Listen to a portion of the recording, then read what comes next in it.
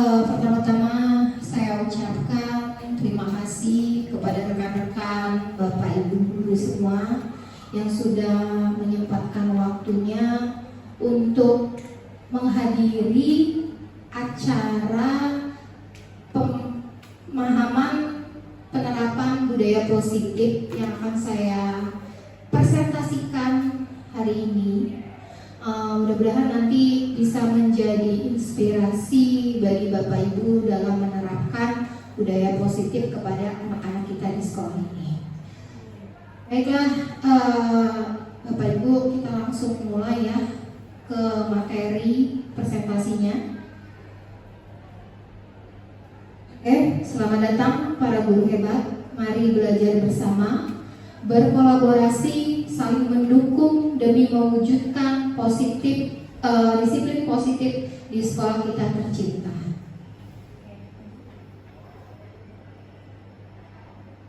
Yang pertama di sini yang akan saya presentasikan adalah konsep utama daripada modul budaya positif.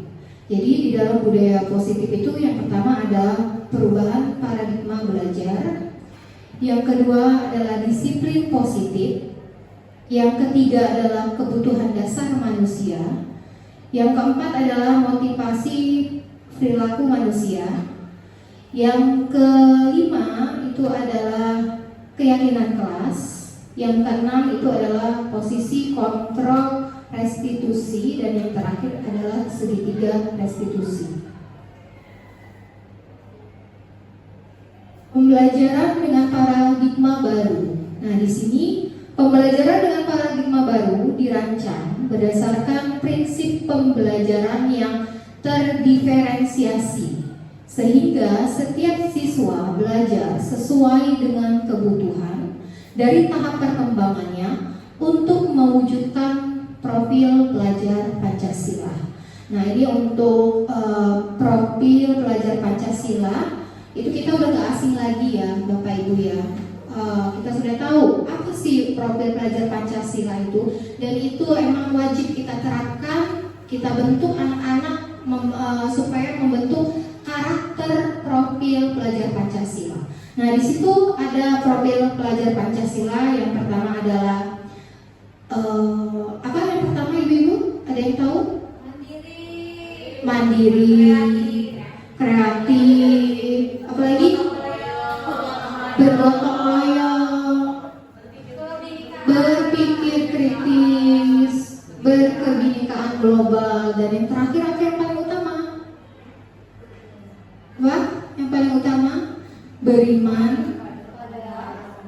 dan bertakwa kepada Tuhan Yang Maha Esa. Itu adalah 6 profil pelajar Pancasila yang wajib kita bentuk kepada siswa-siswi kita untuk bisa mereka menerapkannya dalam kehidupan sehari-harinya, terutama di sekolah.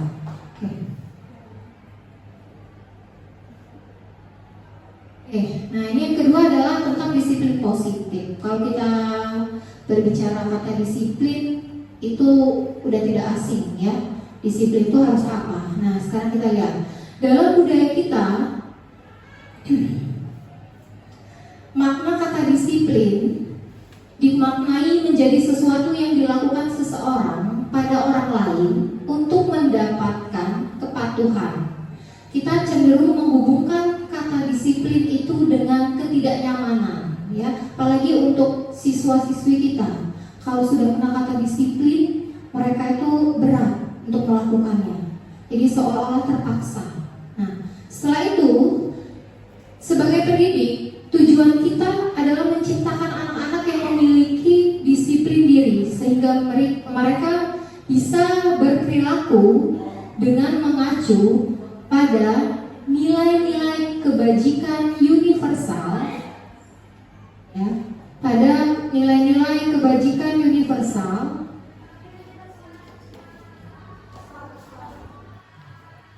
dan memiliki motivasi intrinsik, bukan yang ekstrinsik. Setelah itu, disiplin positif itu merupakan salah satu cara penerapan disiplin yang berbeda bertujuan menumbuhkan kesadaran serta memberdayakan anak untuk melakukan sesuatu tanpa sogokan, tanpa ancaman maupun hukuman. Nah, ini kan identiknya kalau disiplin, kalau mereka tidak disiplin, yang akan mereka dapatkan adalah hukuman. Nah, di sini kita belajar untuk menerapkan disiplin positif yang tidak membuat anak itu merasa terbebani atau menakutkan. Nah, di sini akan kita pelajari. Oke, lanjut. Yang berikutnya adalah motivasi perilaku manusia. Motivasi merupakan dorongan yang timbul pada diri seseorang secara sadar atau tidak sadar untuk melakukan suatu tindakan dengan tujuan tertentu. Nah, ada apa aja sih di sini di dalam motivasi perilaku manusia?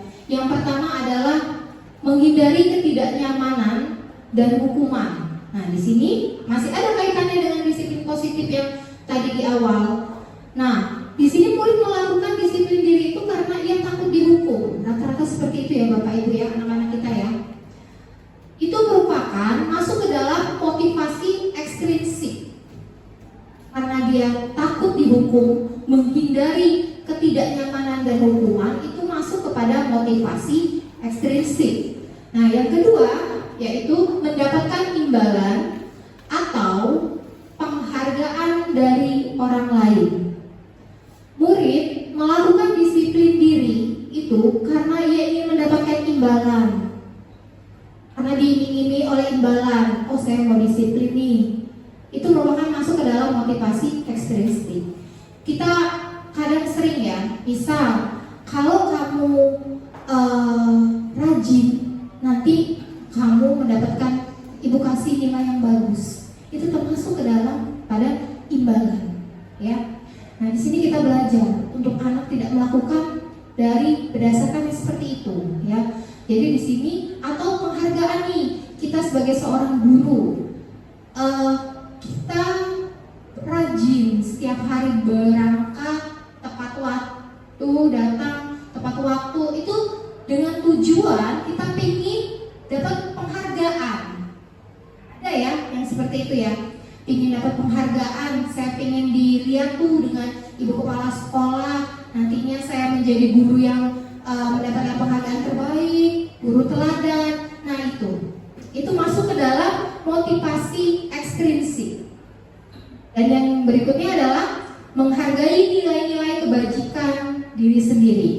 Murid melakukan disiplin diri itu karena sadar, tanpa ada paksaan, dia harus sadar akan nilai kebajikan dirinya. Ini merupakan masuk ke dalam motivasi intrinsik. Jadi di sini motivasi ada 3 ya, ekstrinsik dan intrinsik, ya. Oke, lanjut. Konsep disiplin dengan identitas gagal. Yang pertama itu hukuman. Kalau hukuman itu dampaknya yaitu yang pertama ada yang pasti menyakitkan kepada anak, ya. Yang kedua adalah tidak nyaman. Yang berikutnya murid jadi takut. Yang keempat adalah memaksa. Yang kelima, murid menyembunyikan kesalahannya karena dia takut dihukum, akhirnya dia berbohong. Dia menyembunyikan kesalahannya dan murid menjadi rendah diri, tidak pede dia karena yaitu dia mendapatkan hukuman. Nah, kalau dia penghargaan, masuk ke dalam penghargaan itu apa? Tidak efektif.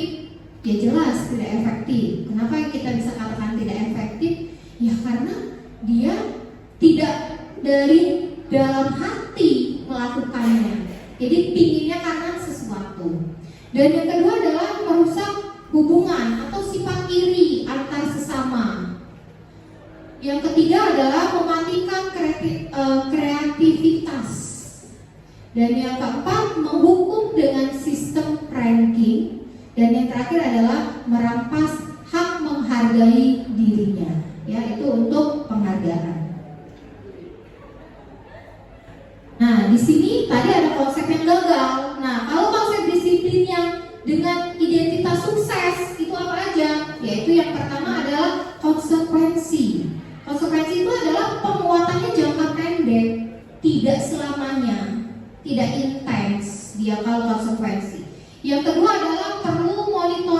berlanjut. Jadi kita perlu menilai terus, ada nggak nih perkembangannya kalau dia berupa konsekuensi. Dan yang ketiga adalah stimulus atau respon. Yang keempat adalah murid menghormati peraturan. Yang kelima itu adalah kehilangan waktu untuk merenungi kesalahannya. Jadi hanya berupa konsekuensi, ya sudah begitu aja. Nah, yang terakhir itulah dinamakan dengan restitusi. Apa restitusi itu? Di dalamnya mencakup apa? Nah, di sini dilihat murid bertanggung jawab untuk perilakunya, kesalahan yang dia lakukan. Dia mulai menyadari dan dia mulai bertanggung jawab akan kesalahannya. Yang kedua, fokus pada pemecahan masalah jangka panjang. Jadi untuk kedepannya itu menjadi pembelajaran bagi dia. Dan yang ketiga adalah murid menghormati dirinya dan orang lain. Dia dengan restitusi dia belajar menghormati diri dia dan menghormati orang lain. Dan yang keempat adalah teori kontrol. Dirinya memegang kontrol di dalam diri dia sendiri. Dan yang terakhir adalah murid bersemangat untuk memperbaiki kesalahan yang telah dilakukannya, ya. Nah, di sini konsep disiplin melalui pendekatan restitusi. Tadi restitusinya sudah ada contoh-contohnya ya, saya sebutkan. Nah, ini sebuah cara menanamkan disiplin positif pada murid. Gimana nih caranya? Yang pertama, kita masuk pada pengertian apa sih restitusi itu. Restitusi itu adalah proses menciptakan kondisi bagi murid untuk memperbaiki kesalahan mereka sehingga mereka bisa kembali pada kelompok mereka dengan karakter yang lebih kuat. Ini kita kutip dari Gosen 2004, ya.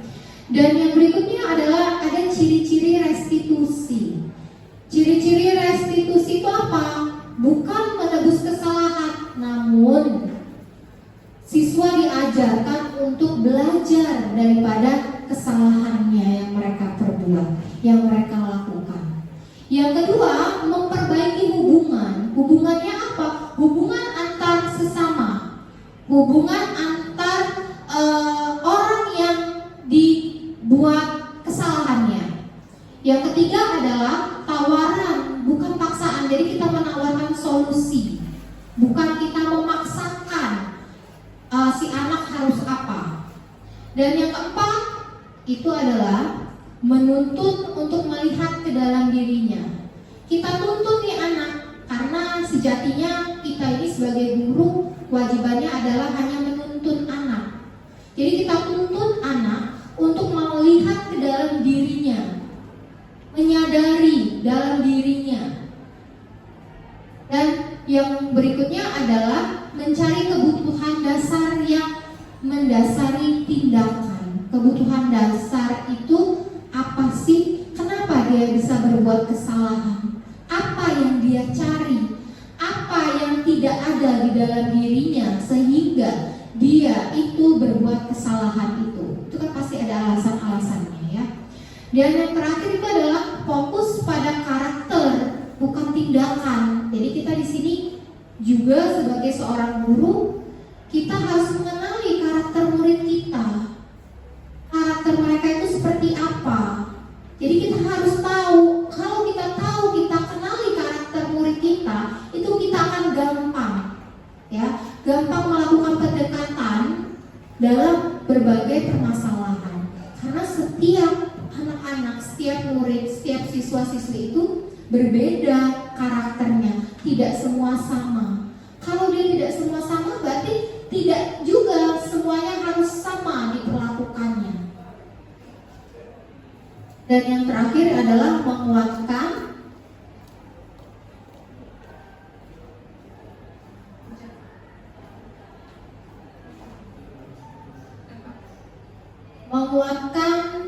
dan fokus pada solusinya. Jadi setelah tadi kita menawarkan, nah baru terakhir kita fokus dan kita kuatkan apa ini solusinya, ya. Oke, lanjut.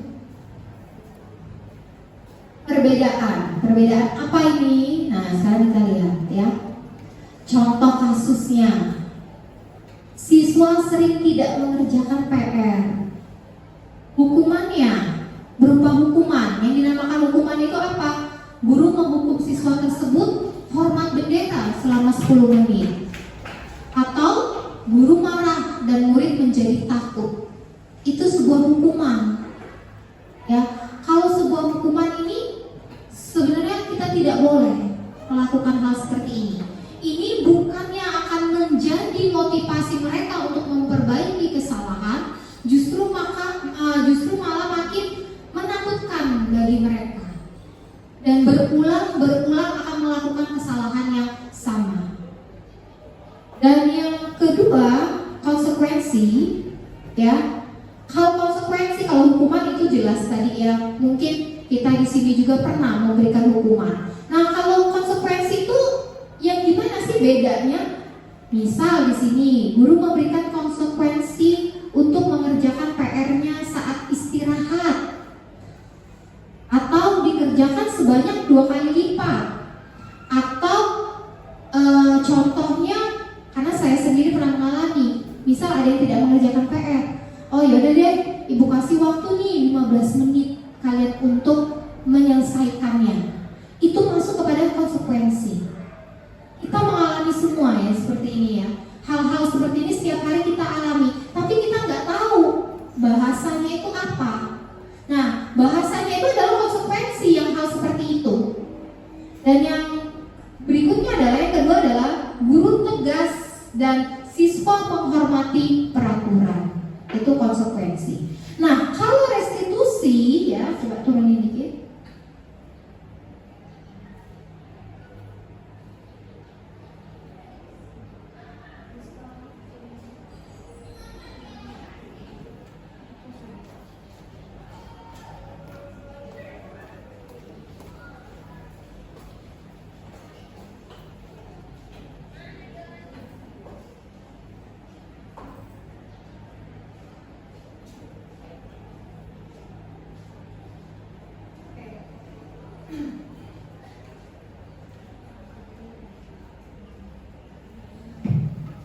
Oke, kalau restitusi di sini apa yang harus kita lakukan?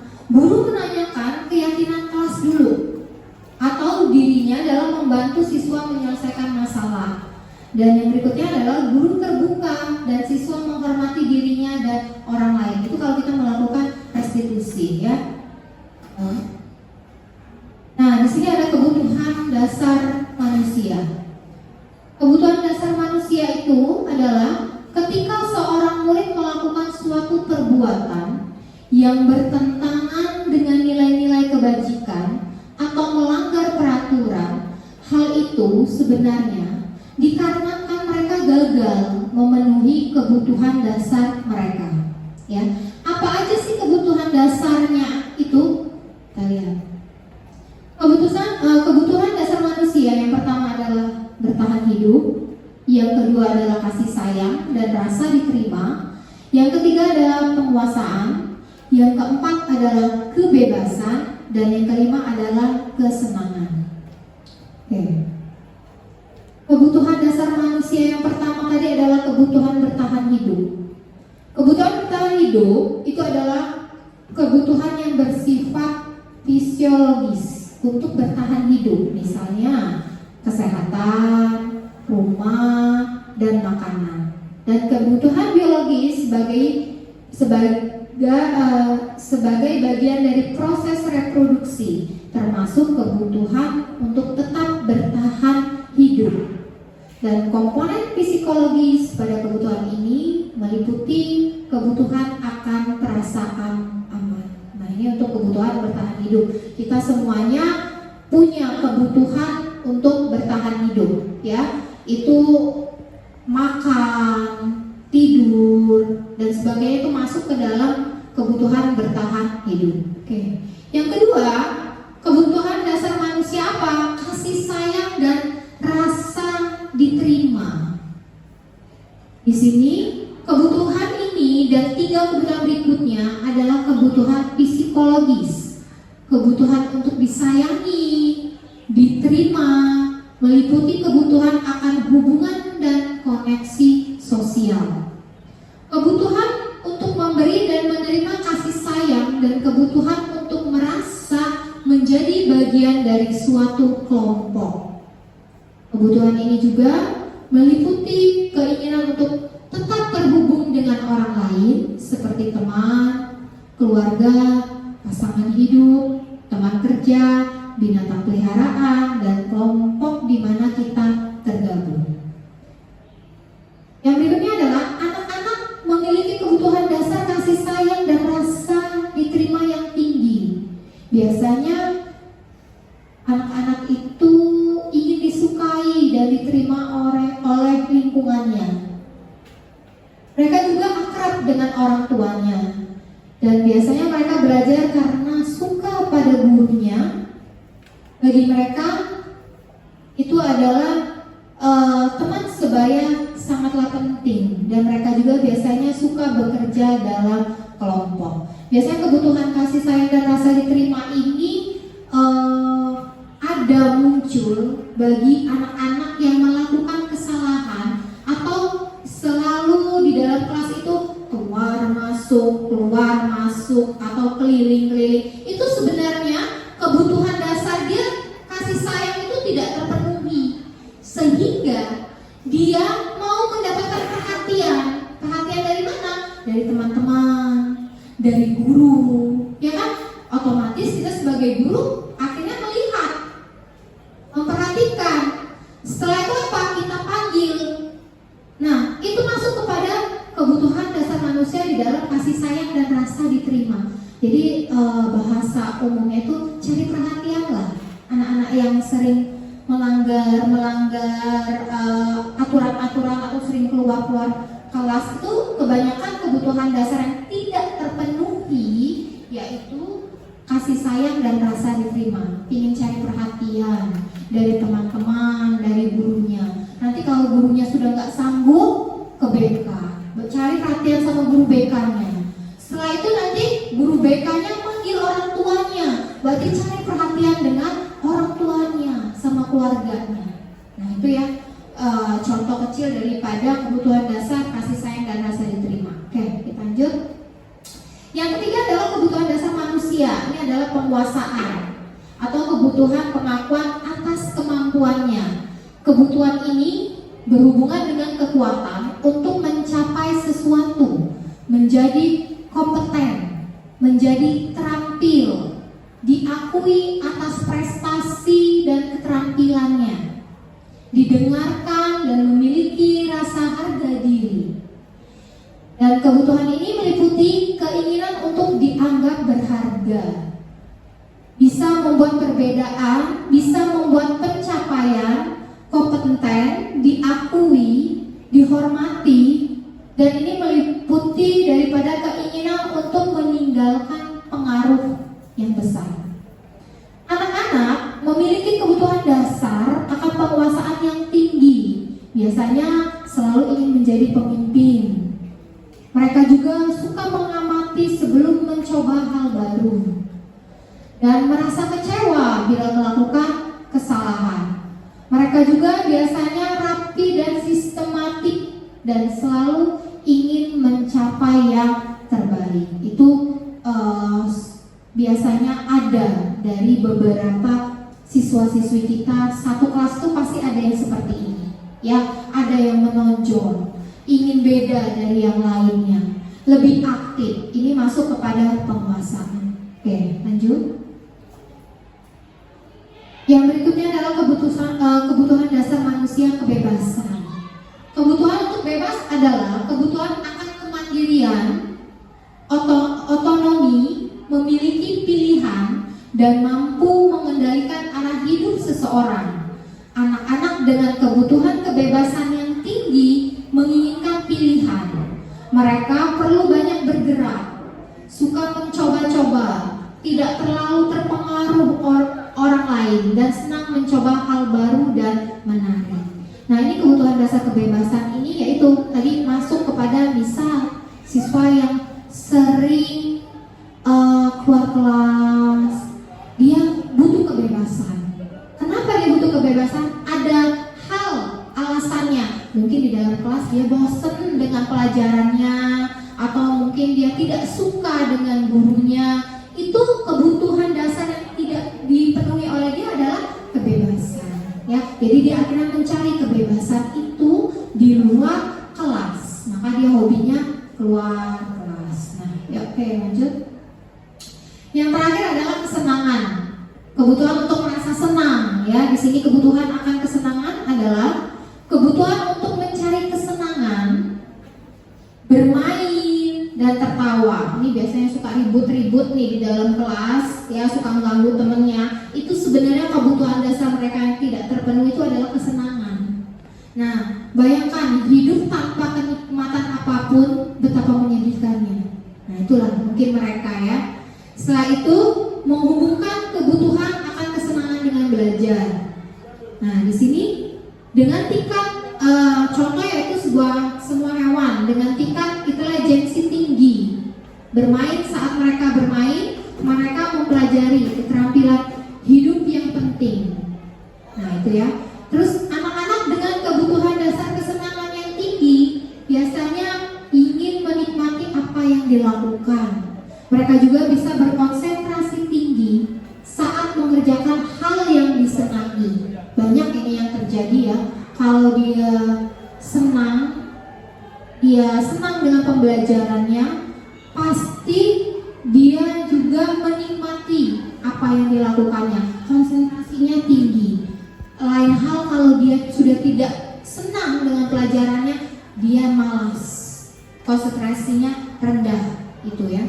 Dan mereka juga di sini suka permainan, suka juga mengkoleksi barang, contohnya suka bergurau, suka melucu, ya, atau menggemaskan, itu, ya. Bagi mereka, mungkin bagi mereka itu hal-hal yang lucu dan menggemaskan. Padahal itu adalah sebuah kebutuhan yang tidak terpenuhi dalam diri dia. Bahkan saat mereka bertingkah laku buruk, mereka masih terlihat lucu, ya. Itu anggapan daripada mereka yang melakukan hal-hal kebutuhan manusianya melalui kesenangan kurang. Nah, di sini yang berikutnya adalah 5 posisi kontrol restitusi. Ada penghukum, pembuat rasa bersalah, ada teman, ada pemantau, ada manajer. Semua yang ada di sini Bapak Ibu saya yakin pasti memiliki daripada 5 posisi kontrol ini, ya. Tapi kita nggak menyadari nih posisi kontrol kita yang selama ini apa. Nah, ini jadi ada 5 di dalam posisi kontrol guru itu. Ini kita akan bahas satu-satu. Oke, kita naik. Kita lihat di sini, kita langsung kepada contoh, ya Bapak Ibu, ya.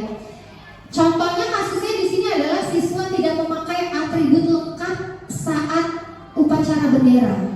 Kalau kita memposisikan diri kita sebagai penghukum, ya, penghukum itu nanti akan keluar bahasa atau kalimat patuhi aturan sekolah lalu berdiri di depan barisan.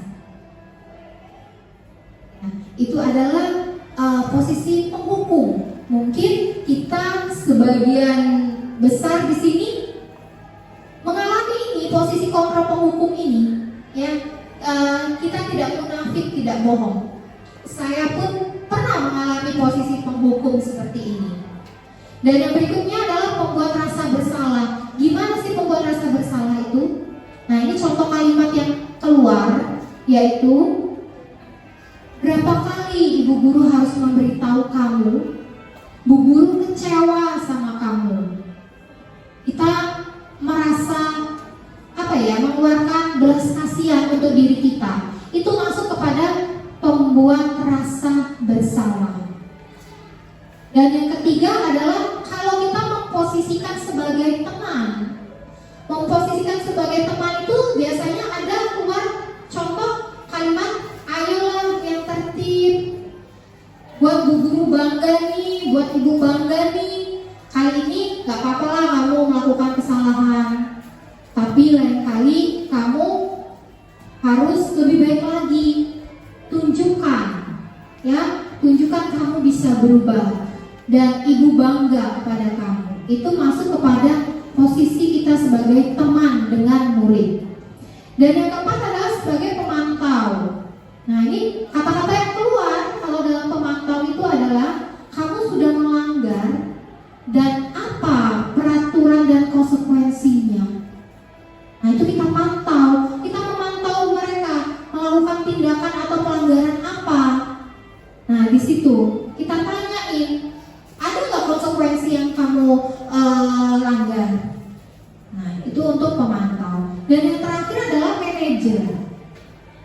Apakah kamu tahu kesalahanmu? Itu biasa. Kita kalau bisa menanyakan kepada anak yang melakukan kesalahan, pasti ada hal pertama kali kita tanyakan seperti ini. Rupanya itu namanya manajer, ya teman-teman ya. Jadi apakah kamu tahu kesalahanmu? Dan kira-kira bagaimana kamu akan memperbaiki kesalahan ini? Itu masuk kepada dalam posisi kita sebagai manajer. Maka tadi saya katakan, dari 5 posisi kontrol ini, kita semua pernah mengalami. Pernah kita mengalami pembuku pasti. Setelah itu kita membuat rasa bersalah, iya. Teman, iya. Apalagi siswa-siswi kita hampir sebaya dengan kita, ya. Sudah besar-besar, tidak mungkin kita perlakukan tidak sebagai teman. Dan yang pemantau, iya, kita pantau mereka membuat kesalahan-kesalahan. Dan yang terakhir adalah manajer. Jadi semua 5 posisi kontrol ini sebenarnya sudah pernah kita lakukan selama ini. Hanya kita nggak tahu aja nama-namanya ini apa. Dan sekarang jadi tahu, oh namanya ini. Dan oh ini masuk ke dalam 5 posisi kontrol guru, ya. Oke, berikutnya. Nah, dalam posisi kontrol restitusi, ya, sebagai seorang guru sebaiknya memilih posisi yaitu manajer. Di mana posisi dalam manajer itu adalah guru dapat melakukan penyelesaian masalah bersama muridnya. Dengan cara apa? Mempersilahkan murid itu bertanggung jawab dan mendukung murid agar menemukan solusinya, tetapi tidak menghukum mereka, tidak memvonis mereka. Selain itu, posisi manajer mengacu pada restitusi yang dapat menjadikan murid sebagai manajer bagi dirinya sendiri, sehingga dapat tercipta identitas positif pada diri murid tersebut, ya. Itu untuk posisi sebagai manajer. Nah, yang berikutnya dalam budaya positif itu ada lagi tentang keyakinan kelas. Guru berperan dalam mewujudkan terbentuknya keyakinan sekolah atau kelas dengan adanya kesepakatan antara guru dan murid. Keyakinan sekolah atau kelas itu berupa pernyataan universal yang mudah diingat dan dipahami dan harus diterapkan di lingkungan kelas ataupun sekolah, ya. Nah, apa sih keyakinan kelas? Kita sebagai wali kelas itu pasti kita pada awal pembelajaran kita mempunyai kesepakatan atau peraturan dulu deh, peraturan di dalam kelas. Nanti dari peraturan itu kita tuangkan menjadi kesepakatan. Kenapa kesepakatan? Karena kita tidak bisa membuat sebuah keyakinan kelas itu tanpa kesepakatan bersama. Jadi tetap kita harus membuat keyakinan kelas itu dengan kesepakatan bersama-sama. Kalau perlu kita tanya anak-anak dalam pembuatan keyakinan kelas. Maunya apa nih yang disepakati, nak? Maunya apa nih keyakinan kelas yang akan kita tulis, yang nantinya kalian sendiri yang menyepakati, kalian sendiri yang mengeluarkan ide, dan kalian sendiri yang menerapkannya, ya. Di sini bisa sebuah guru bersama siswa membuat keyakinan kelas. Yang pertama, kita diskusikan dulu peraturan. Yang kedua, merumuskan peraturan itu menjadi keyakinan. Setelah itu kita tempelin keyakinan itu di kelas. Gunanya untuk apa? Kita belajar dari hal yang kecil dulu ya Ibu Bapak ya. Karena kita sebagai wali kelas, berarti dimensi kita itu di dalam kelas dulu. Jadi kita buat tuh disiplin positifnya di dalam kelas dulu dengan kita membuat ya ini keyakinan kelas. Mungkin di setiap kelas ini sekarang sudah banyak tuh kesepakatan kelas atau bunyinya keyakinan kelas atau hal-hal apa saja yang tidak boleh atau hal apa saja yang boleh. Itu masuk ke dalam keyakinan kelas. Berdasarkan apa pembuatannya?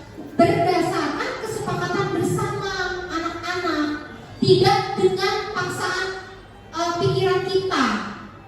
Jadi kita harus tanyakan dengan anak-anak, setuju nggak apa maunya dan gimana, setuju nggak kalau ini keyakinan kelas ini kita buat, kita tuliskan nantinya yang akan diterapkan dengan kalian di dalam kelas. Itu ya contohnya ya.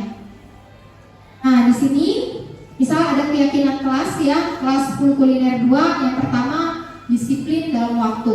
Banyak nih disiplin waktu itu, berarti hadir tepat waktu, masuk istirahat tepat waktu, pulang tepat waktu, itu masuk ke dalam disiplin waktu. Yang kedua adalah belajar dengan antusias, semangat dan percaya diri. Harus kita belajar dengan semangat yang tinggi. Yang ketiga adalah saling menjaga kebersihan ya, saling menjaga kebersihan dan keindahan. Ini wajib dengan cara tidak membuang sampah sembarangan atau melaksanakan piket kelas sesuai jadwal. Itu masuk ke dalam keyakinan kelas, yaitu saling menjaga kebersihan dan keindahan. Yang keempat, saling menghormati sesama, wajib menghormati teman, dan yang paling utama adalah menghormati guru. Yang kelima adalah saling membantu dan bekerja sama. Dan yang keenam, menghargai guru atau teman yang sedang berbicara. Ini banyak kan, kadang kalau kita lagi jelasin di depan kelas, ada aja siswa yang ngobrol. Itu sama aja masuk ke dalam tidak menghargai. Begitu juga dengan temannya, misalnya temannya lagi memberikan pendapat, dia ngobrol. Itu masuk dalam tidak menghargai. Maka kita buat kesepakatannya adalah keyakinannya menghargai guru atau teman yang sedang berbicara. Yang ketujuh, yaitu menerapkan 3S. Ini setiap pagi kita lakukan ya Bapak Ibu ya. 3S ini senyum, sapa, salam. Itu setiap pagi kita lakukan. Dan yang ke-8 adalah gemar membaca dan menulis sebagai budaya literasi. Ini budaya literasi sudah mulai diterapkan setiap pagi di perpustakaan. Itu saya lihat ada dokumentasi foto-foto anak sedang literasi setiap harinya di perpustakaan. Oke, lanjut. Nah, bagaimana pembentukan keyakinan kelas? Yaitu yang pertama, lebih abstrak dari peraturan. Yang kedua, berupa pernyataan universal. Yang ketiga, dibuat dalam bentuk yang positif. Yang keempat adalah sedikit saja tetapi mudah diingat dengan anak. Dan yang keempat, sesuai dengan kondisi kelas dan sekolah agar mudah diterapkan. Makanya kita membuat keyakinan itu, kita tanya dengan anak-anak yang tahu kondisi di kelas itu kan mereka, ya. Kita hanya menuntun saja. Dan yang terakhir adalah semua warga kelas sekolah dilibatkan saat membuat keyakinan kelas. Nah ini yang tadi sudah saya katakan ya, kita tidak boleh membuat sebuah keyakinan kelas berdasarkan diri kita sendiri, karena kita nggak tahu nih kondisi lingkungannya ya. Yang terakhir adalah segitiga restitusi. Apa segitiga restitusi itu? Yang pertama, menstabilkan identitas, yaitu kita semua akan melakukan hal terbaik yang bisa kita lakukan. Yang kedua adalah validasi tindakan yang salah, yaitu semua perilaku memiliki alasannya. Yang ketiga, menanyakan keyakinan. Kita semua memiliki motivasi internal.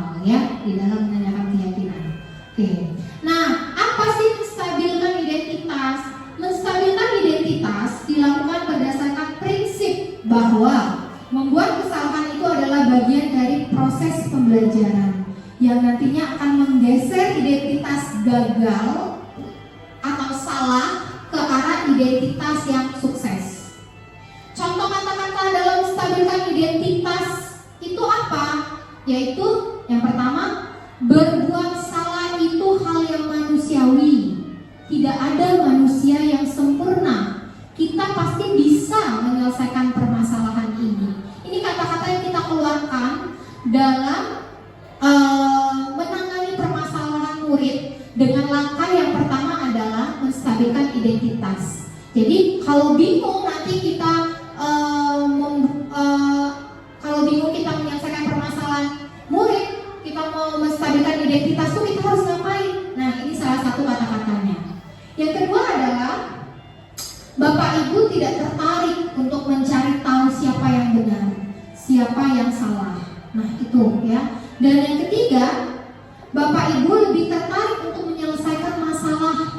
Kalau kamu menyalahkan dirimu sendiri terus-menerus, apa kamu bisa bersikap baik pada dirimu sendiri? Ini contoh daripada kalimat-kalimat menstabilkan identitas. Nah, kalau yang kedua apa tuh validasi tindakan yang salah? Ya, validasi tindakan yang salah dilakukan berdasarkan prinsip bahwa setiap perilaku berupaya memenuhi suatu kebutuhan tertentu, ya, sehingga guru atau orang tua akan bergeser dari pemikiran stimulus respon menjadi proaktif serta akan lebih mengenali dan mengakui kebutuhan murid atau anaknya. Dan yang contoh-contoh dalam validasi tindakan yang salah, contoh-contoh kata-katanya, kamu pasti punya alasan mengapa melakukannya. Apa yang penting bagi kamu?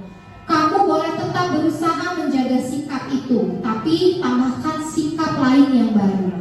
Maukah kamu belajar cara lain untuk mendapatkan yang kamu butuhkan? Ya, oke. Yang berikutnya adalah menanyakan keyakinan.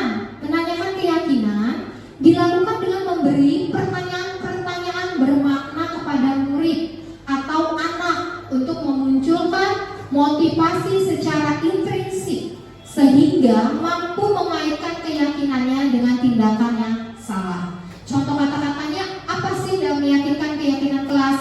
Apa nilai yang kita percaya di sekolah kita? Nilai-nilai apa yang telah kita sepakati? Kelas yang ideal itu seperti apa sih? Kamu ingin jadi anak yang seperti apa? Dan apa yang kamu rasakan ketika kamu melakukan itu dan kamu menjadi orang yang seperti apa? Nah, itu daripada penerapan. Nah, di sini ada contoh penerapan segitiga restitusi yang sudah saya lakukan dengan murid, ya, di mana ada 3 tahapan, 3 langkahnya itu sudah saya jalani, ya. Oke. Nah, di sini ada kesimpulan. Dalam penerapan program disiplin positif, hendaknya guru memiliki standar kepribadian, profesional dan sosial yang baik, di mana guru mampu berefleksi pada posisi kontrolnya saat ini, bagaimana perjalanan dirinya sebagai seorang among atau posisi manajer yang menuntun murid-murid menjadi insan yang mandiri, merdeka dan bertanggung jawab. Oke, Bapak Ibu semuanya, demikian presentasi budaya positif yang pada siang hari ini saya sampaikan. Mudah-mudahan dapat bermanfaat bagi Bapak Ibu, membuka wawasan Bapak Ibu dalam menghadapi murid kita, dalam menghadapi setiap permasalahan yang ada, dan ini menjadi inspirasi bagi Bapak Ibu nanti untuk ke depan dalam penerapannya. Ya, saya ucapkan terima kasih. Apabila ada tanggapan daripada Bapak Ibu, saya persilahkan untuk menanggapi presentasi yang sudah saya sampaikan. Silakan Bapak Ibu, ada tanggapan? Ada tanggapannya?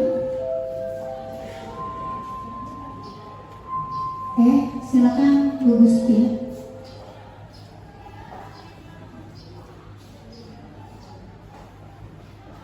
Baik, terima kasih untuk Bu Rika.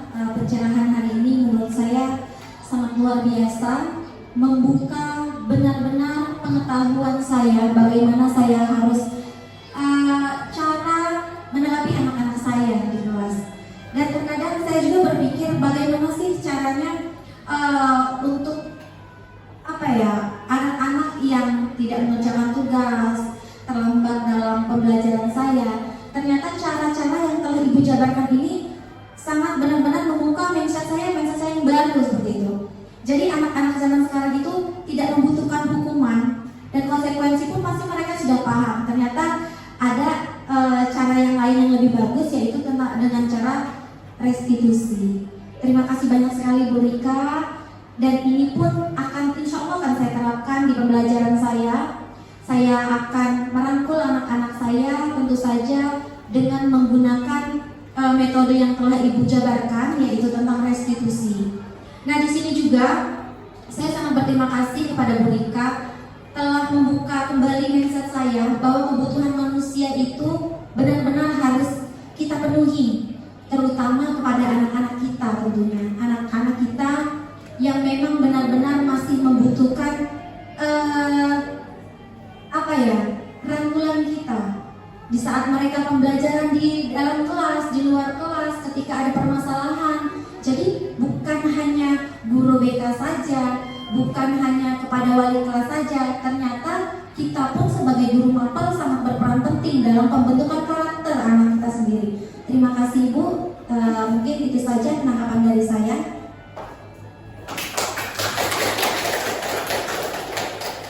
Terima kasih Bu Gustia atas tanggapannya dari presentasi yang saya sampaikan. Ada lagi teman-teman yang mau menanggapi daripada presentasi yang akan saya sampaikan? Atau pernah melakukan apa yang pernah saya jelaskan di sini? Pernah nggak? Pernah ya? Kebanyakan sebagai apa sih? Uci bisa menceritakan pengalamannya aja. Oke, silakan Uci.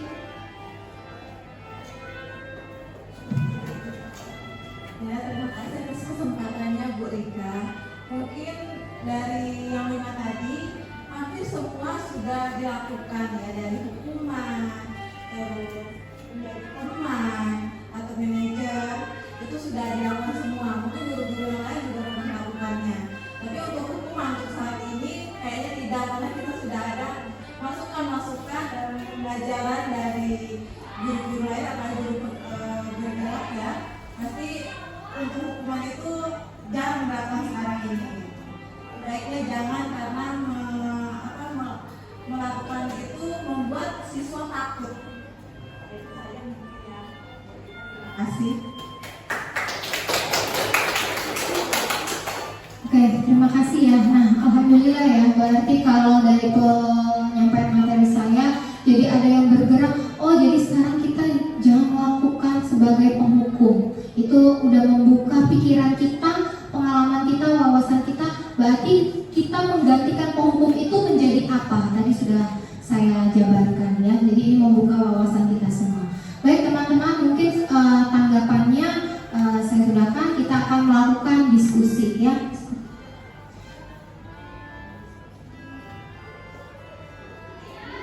Oke.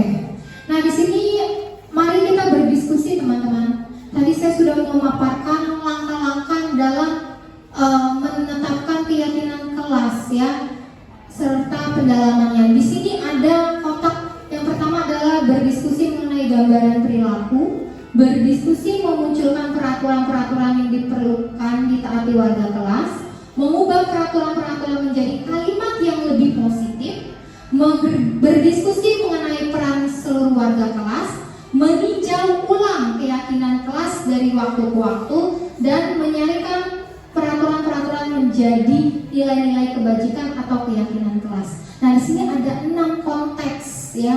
6 konteks ini masih acak teman-teman. Jadi coba saya minta analisa teman-teman, kira-kira ya dari ke-6 ini kita akan mengurutkan mana yang tepat.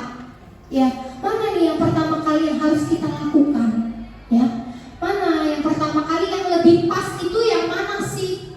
Nah ini, coba teman-teman pahami kalimatnya, terus nanti sampaikan pendapat teman-teman.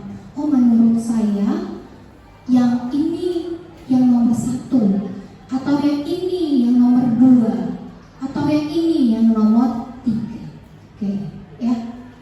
Sudah dibaca ya teman-teman ya? Ada yang mau menyampaikan pendapatnya, kira-kira menurut saya nomor 1 yang mana? Oke, silakan Bu Ade. Ini mau.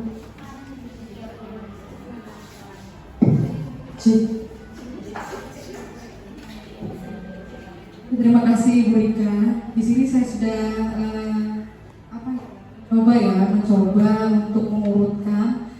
Semoga benar ya Bu Rika ya. Untuk yang pertama itu berdiskusi memunculkan peraturan-peraturan yang perlu ditaati warga kelas. Ya, kenapa demikian? Karena perlunya yang pertama itu kita memunculkan peraturan apa nih. Nah, baru ada buntutnya apa aja kan dibahas selanjutnya. Itu sih Bu Rika, singkat padat singkat. Terima kasih Bu Ade. Jadi menurut Bu Ade yang pertama adalah berdiskusi memunculkan peraturan-peraturan yang perlu ditaati warga kelas. Gimana teman-teman? Setuju atau sepakat nggak nih? Sepakat ya, berarti itu kita kunci ya menjadi nomor 1. Dan yang kira-kira yang berikutnya yang mana nih? Ada yang mau menjawab? Oke, Bu Meisha.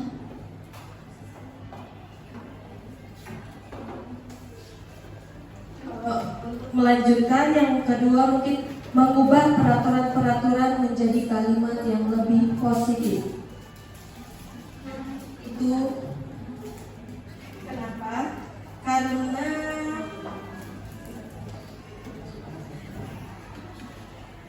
posisi kontrol yang sebagai manajer, nilai kebajikannya adalah tanggung jawab.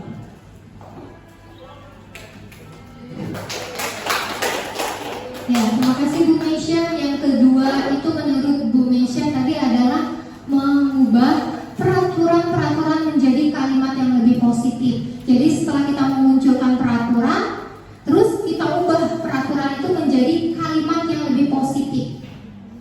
Benar atau setuju atau tidak? Setuju. Oke ya, berarti ini yang nomor 2 kita kunci ya.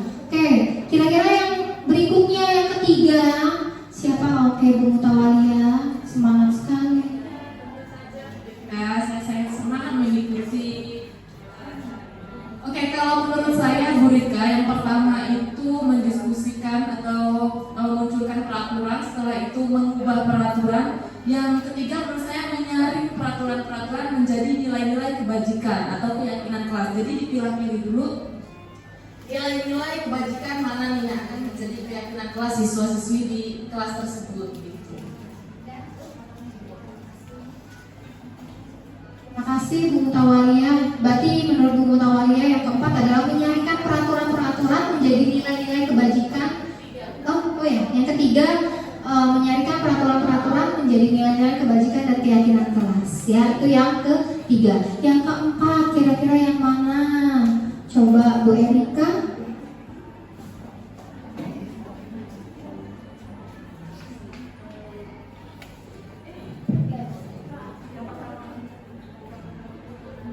Menurut saya, Ibu, untuk yang keempat itu adalah berdiskusi mengenai gambaran perilaku yang mencerminkan keyakinan kelas.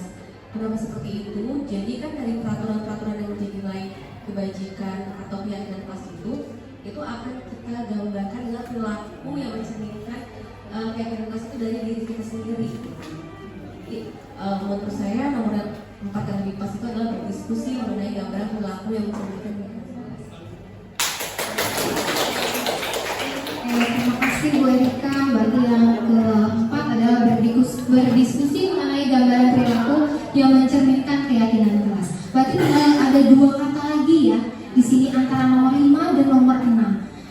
Siapa? Oh, Pak Valen. Oke, silakan Pak Valen untuk urutan yang kelimanya.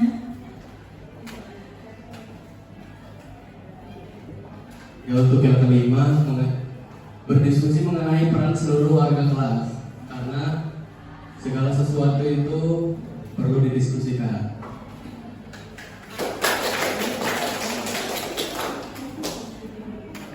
kasih Pak Valen. Menurut Pak Valen itu yang kelima adalah berdiskusi mengenai peran seluruh warga kelas. Ya itu memang wajib ya Bapak Ibu ya. Dan saya sampaikan kita semua harus berperan di dalam kelas itu. Tidak bisa kita sendiri saja. Gak bisa sendiri aja nih kita mau membuat peraturan itu. Kita harus ada kesepakatan bersama. Dan yang udah pasti yang terakhir itu apa? Meninjau ulang keyakinan kelas dari waktu ke waktu. Jadi setelah kita membuat keyakinan kelas itu perlu kita refleksi, perlu kita tinjau ulang secara konsisten, berjalan atau tidak. Itu wajib kita ini. Coba kita lanjut. Kita lihat jawabannya benar atau tidak apa yang disampaikan Ibu dan Bapak semua. Ya lanjut lagi. Oke ya. Pas ya Ibu Bapak ya. Yang pertama adalah berdiskusi memunculkan peraturan yang perlu ditaati warga kelas. Yang kedua adalah mengubah peraturan menjadi kalimat yang lebih positif. Yang ketiga menyaringkan peraturan yang menjadi nilai kebajikan atau keyakinan kelas. Yang keempat kita berdiskusi mengenai gambaran perilaku yang mencerminkan keyakinan kelas. Dan yang kelima berdiskusi mengenai peran seluruh warga kelas. Dan yang terakhir adalah meninjau ulang keyakinan kelas dari waktu ke waktu. Itu harus dan wajib, jangankan keyakinan kelas, kita sebagai guru juga harus merefleksi diri kita. Ya, jangan kita puas hanya satu kali. Kita terus menerus kita nilai diri kita. Hari ini kita belajar apa yang kurang, kita jadikan pembelajaran untuk kedepannya. Oke, lanjut. Nah, ini saya punya kasus Bapak Ibu. Ya, di sini Ibu Ambar, guru wali kelas 2 di SD Pelita Hati, sedang bingung menghadapi ulah salah satu murid di kelasnya, Doni namanya. Nah, beberapa anak di kelas 2A itu telah datang padanya dan mengeluhkan Doni yang seringkali meminta bekal makan siang mereka dengan paksa. Jika Bapak Ibu menghadapi situasi seperti Ibu Ambar, apa yang akan Anda lakukan? Ini biasanya guru BK ya, sudah terbiasa ya seperti ini ya, mau menghadapi kasus-kasus ya. Dan menurut Bapak Ibu, kira-kira apa alasan si Doni melakukan itu? Kebutuhan mana dia yang tidak terpenuhi di diri dia? Ekonomi, kata Bu Suci. Coba dong Bapak Ibu dibaca kasus ini, kita analisa secara bersama. Kira-kira ya ini apa yang harus dilakukan? Ada yang mau memberikan pendapatnya Bapak Ibu semuanya terhadap kasus satu ini? Siapa? Ibu Mutawalia mau menyampaikan pendapat, silakan. Iya, silakan. Oke, di sini ada sebuah kasus yang atas nama Doni mengeluhkan untuk meminta bekal makan siang mereka dengan paksa ya Bu. Mungkin kalau menurut saya ini masuk ke kebutuhan kebebasan ya Bu ya. Kenapa? Karena Doni ini mungkin dibawakan bekal oleh ibunya tanpa ibunya bertanya terlebih dahulu, sehingga dia bosan dengan bekal yang dibawa oleh ibunya. Ketika melihat bekal teman-temannya, melihat bekal yang beraneka ragam, sehingga ada keinginan untuk memiliki tadi. Itu mungkin yang menjadi acuan kenapa si Doni tadi meminta bekal pada temannya. Oke, karena mungkin rasa bosan. Berarti masuk ke kebutuhan Kebebasan.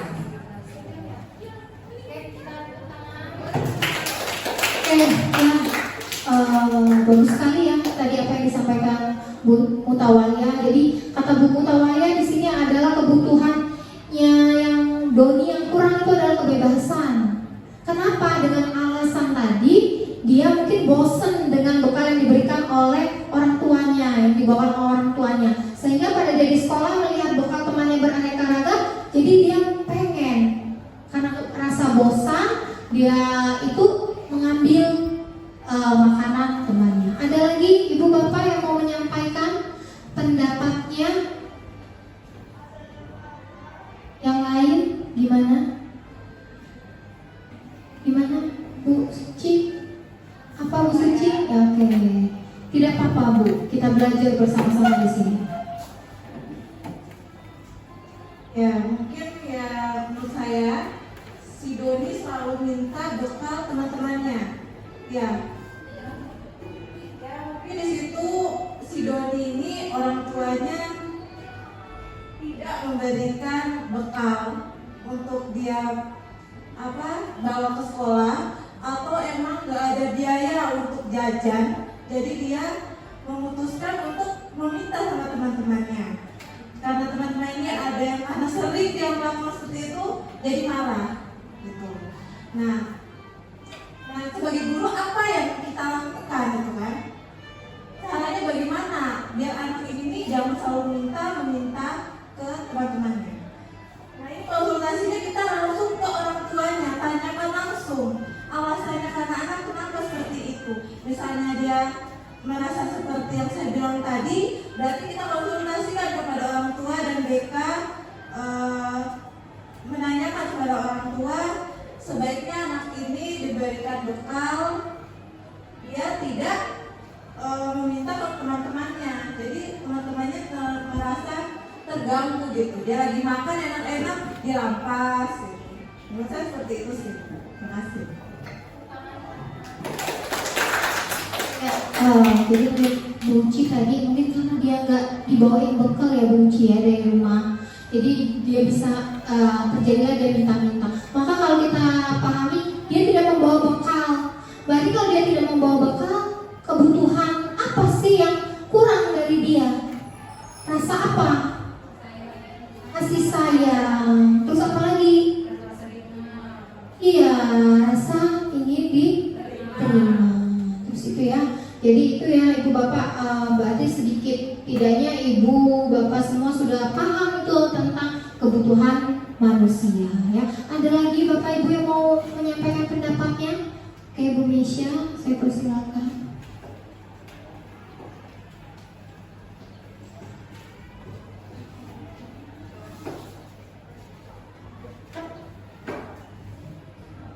Terima kasih Bu Rita.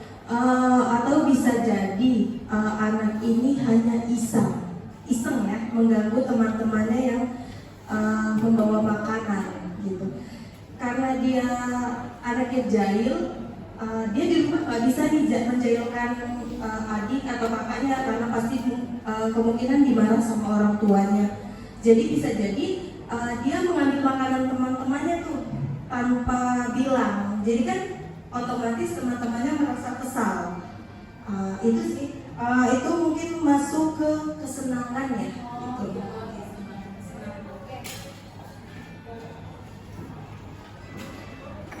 Bu Mesya, nah ada satu lagi ya kata Bu Mesya tadi, kesenangan ya, karena dia orangnya usil, jahil, jadi dia butuh kesenangan. Jadi akhirnya dia mengganggu temannya ya. Jadi itu masuk ke dalam kebutuhan yang kurang, yaitu kesenangan. Jadi sudah ada tadi beberapa yang kesenangan, kebebasan, rasa kasih sayang, rasa ingin diterima. Jadi artinya setiap anak yang melakukan kesalahan itu ada kebutuhan yang tidak terpenuhi di dalam dirinya. Bagaimana kita sebagai seorang guru untuk mencari tahu kebutuhan apa yang kurang dan bagaimana kita mengisi kebutuhannya itu, gimana kita mengisi tangki yang kosong itu ya, sehingga anak tidak lagi membuat kesalahan-kesalahan yang berlanjut ya. Oke, mungkin saya kira untuk kasus 1 cukup ya Bapak Ibu ya, sudah cukup jelas. Yang terakhir ya, masih semangat ya? Oke, sebentar lagi kita selesai. Oke, kita lanjut. Kasus kedua. 2 siswa, Andi dan Budi, terlibat dalam pertengkaran yang berujung pada kerusakan properti sekolah. Mereka berdua saling menyalahkan dan tidak mau mengakui kesalahannya. Guru kelas segera memisah kedua siswa dan menciptakan suasana yang aman bagi mereka untuk mengungkapkan perasaan dan pikirannya masing-masing tanpa merasa terancam atau dihakimi. Guru juga mendengarkan cerita dari kedua belah pihak tanpa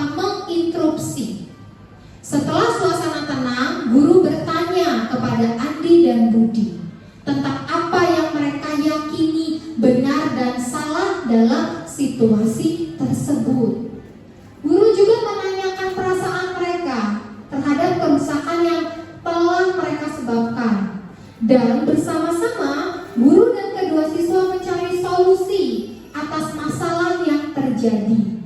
Mereka membahas berbagai pilihan, seperti meminta maaf kepada pihak yang dirugikan, memperbaiki kerusakan yang telah ditimbulkan, atau melakukan kegiatan sosial sebagai bentuk tanggung jawab. Nah, dari kasus yang ada di depan ini, Bapak Ibu, dari materi yang sudah saya sampaikan tadi, di sini ada pertanyaan yang muncul.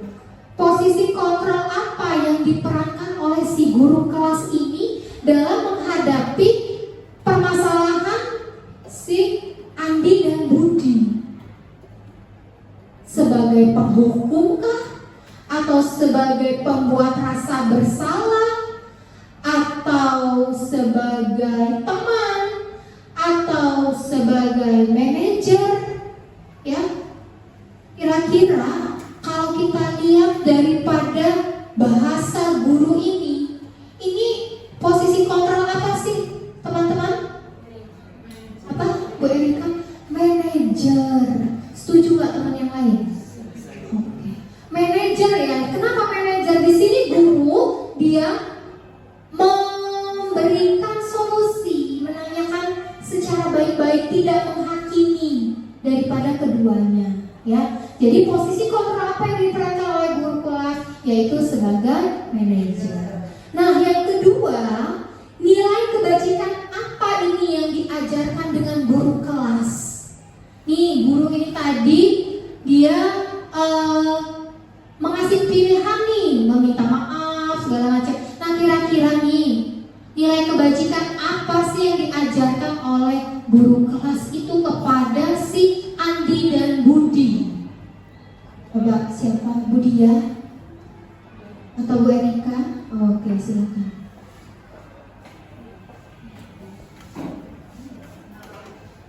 Menurut saya, nilai kebajikan yang diajarkan oleh guru kelas itu adalah untuk memberitahu tentang salah dan benar apa yang mereka lakukan. Terus juga mengajarkan mereka untuk bertanggung jawab. Terus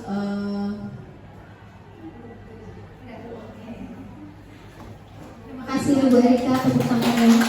Jadi nilai kebajikannya tadi kata Bu Erika untuk mengetahui salah atau benarnya, dan yang kedua adalah rasa tanggung jawab. Ya, setelah mereka berbuat kesalahan, apa nih yang harus dilakukan? Sudah pasti harus bertanggung jawab. Ada lagi teman-teman yang ingin menambahkan? Cukup? Oke, cukup. Oke ya. Baiklah teman-teman, dari hasil pemaparan materi siang hari ini sampai kepada diskusi tentang berbagai kasus yang saya tayangkan di sini, harapan saya ke depannya menjadi pembelajaran untuk teman-teman dalam menerapkan budaya positif di lingkungan kelas dulu. Setelah lingkungan kelas berhasil, baru kita bawakan kepada lingkungan sekolah. Oke, sekian mungkin presentasi yang saya sampaikan. Kira-kira kalau misalnya ada saran atau kritik, saya persilahkan atau tanggapan. Ada? Pak Petri ada yang mau disampaikan?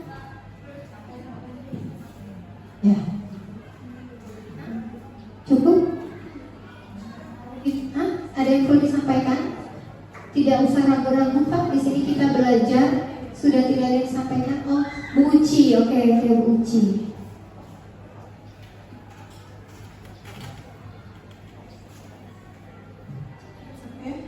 Mungkin tanggapannya ya, ini tanggapan ya dari pemaparan Bu Erika tadi. Ya, kami di sini terima kasih sama Bu Erika karena Bu Rika sama Bu Rika, soalnya tadi Bu Erika jawab terus, jadi saya Erika terus jadi ya, jadi Bu Rika terima kasih atas pemaparannya. Dan mungkin sudah banyak sekali ilmu yang kita dapat ya, yang kita tidak tahu. Mungkin saya sendiri, saya belum jadi guru penggerak, jadi kami mengetahui dari Ibu Rika tadi ya. Untuk Bu Rika terima kasih, sudah bagus pemaparannya dan jelas. Terima kasih, itu saja. Assalamualaikum warahmatullahi wabarakatuh. Oke, teman-teman, terima kasih atas tanggapannya, atas jawaban-jawabannya teman-teman berikan dalam presentasi pada siang hari ini. Saya pribadi mengucapkan terima kasih yang sebanyak-banyaknya. Terima kasih yang tak terhingga atas kehadiran dan waktu teman-teman mau direpotkan untuk mendengarkan presentasi saya pada siang hari ini. Begitu saja saya akhiri. Wassalamualaikum warahmatullahi wabarakatuh.